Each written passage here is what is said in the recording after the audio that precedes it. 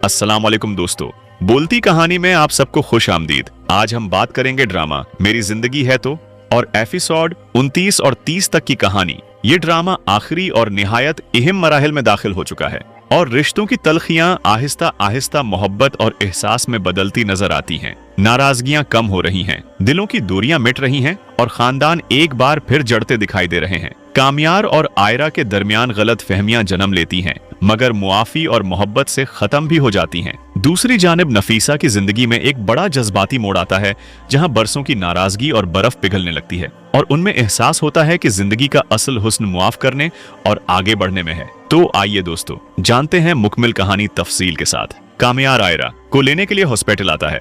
उसके चेहरे पर फिक्र भी है और मोहब्बत भी, मगर जैसे ही वो आयरा के करीब आता है, आयरा का अंदाज बदला हुआ नजर आता है। वो खामोश है, आंखों में खुफगी है। कामयार नरमी से पूछता है, कैसी हो अब? आयरा मुख्तसर जवाब देती है, ठीक हूँ, आपको फिक्र करने की जरूरत नहीं थी। कामयार चौंक जाता है। उसे अंदाजा हो जाता है कि आयरा अब भी उसी बात पर नाराज है। असल में कामयार ने हॉस्पिटल में आयरा के वालिद से कुछ सख्त लहजे में बात की थी, जिसका आयरा को दुख हुआ। उसे लगा कि उसके वालिद की इज्जत मजरूह हुई है। हॉस्पिटल के कॉरिडोर में दोनों के दरमियान हल्की सी नोक झोंक हुई थी। आयरा कहती है, आपको अबू से इस लहजे में बात नहीं करनी चाहिए थी। कामयार वजाहत देने की कोशिश करता है, मैं तेरी और दादी की फिक्र कर रहा था और बस हालात की वजह से लहजा सख्त हो गया। मेरा मकसद किसी की दिल आजारी नहीं था। और फिर गुस्से से आयरा खामोशी से गाड़ी में बैठ जाती है। घर पहुंचने से पहले ही कामयार वो गहरी सांस लेता है और आयरा की तरफ देखकर कहता है, मुझे माफ कर दो। अगर मेरी वजह से तुम्हें या अंकल को तकलीफ हुई तो मैं दिल से माजरत चाहता हूँ। तुम जानती हो मैं तुमसे मोहब्बत करता हूँ। आयरा की आंखें नम हो जाती हैं।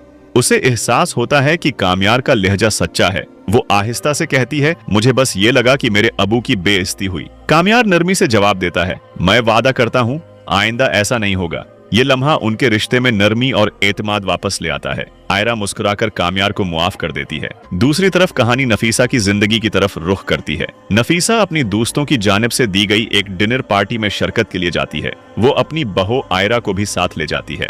आयरा खुश दिल्ली से तैयार होकर सास के साथ जाती है ताकि उसका साथ दे सके। डिनर की टेबल पर नफीसा की फ्रेंड्स बज़ाहिर खुश मिजाज लगती हैं, मगर बातों बातों में तंज के तीर चलाना शुरू कर देती हैं। एक दोस्त हंसते हुए कहती है, अरे नफीसा, अब तो तुम्हारी जिंदगी बदल गई होगी। सुना है घर के हालात काफी मुश्किल रहे हैं। और फिर दूसरी तंज के अंदाज में बोलती है, हाँ, कुछ फैसले इंसान को बहुत महंगे पड़ जाते हैं। ये जुमले नफीसा के दिल पर गहरा असर करते हैं। आखिरकार नफीसा बर्दाश्त नहीं कर पाती और से उठकर चली जाती है। माहौल में अजीब सी खामोशी छा जाती है, मगर नफीसा की आंखों में नमी उतर आती है। आयरा सब कुछ महसूस कर रही होती है। तब आयरा खड़ी होती है और निहायत बावकार अंदाज में कहती है, आप सब नफीसा की दोस्त हैं। दोस्त वो होते हैं जो मुश्किल वक्त में सहारा दें, न कि पुरानी बातों को छेड़कर जख्म ताजा करें। अगर किसी से गलती हो भी जाए तो उसे याद दिलाना नहीं बल्कि हौसला देना चाहिए। उसकी बात सुनकर सब खामोश हो जाती हैं और सबको गिल्टी फील होती है। घर वापसी पर नफीसा खामोश रहती है। कमरे में जाकर तन्हा बैठ जाती है। उसके चेहरे पर माजी की थकन और निदामत वाजे होती है। कुछ देर बाद आयरा आहिस्ता से कमरे में दाखिल होती है। वो सास के पास बैठकर नरमी से कहती है, जिंदगी में जो कुछ भी हुआ शायद वो अच्छा नहीं था, मगर जिंदगी रुकती नहीं। पीछे देखती रहेंगे तो आगे कैसे बढ़ेंगे? नफीसा आंसू साफ करते हुए कहती है, मैंने बहुत गलतियां की, शायद उसीलिए आज ये सब सुनना पड़ रहा है। आयरा उसका हाथ थाम लेती है। गलती हर इंसान से होती है। असल बात यह है कि हम उसे मान लें और आगे बढ़ने का फैसला करें। आप एक बार अंकल को मुआफ कर दें, ये सालों की नाराजगी खत्म कर दें। ये बात नफीसा के दिल में उतर जाती है। वो सोच में पड़ जाती है। उसी दौरान आयरा के ससुर यानी राशिद भी घर आते हैं और आयरा से पूछते हैं, नफीसा की तबीयत कैसी है? आयरा मुस्कुराकर जवाब देती है, अंकल ये सवाल मुझसे नहीं, खुद उनसे पूछें। शायद अब वक्त आ गया है कि बात हो जाए। राशिद नफीसा के कमरे में जाता है। माहौल में झिझक होती है। दोनों बरसों बाद इस तरह आमने सामने बैठते होते हैं। पहले गिले शिकवे होते हैं, माजी की तलख यादें सामने आती हैं, मगर आहिस्ता आहिस्ता लहजा नरम हो जाता है। नफीसा कहती है, मैंने जिद में आकर बहुत कुछ खो दिया। और राशिद जवाब देता है, मैं भी अपनी अना में बंद रहा, शायद हम दोनों गलत थे।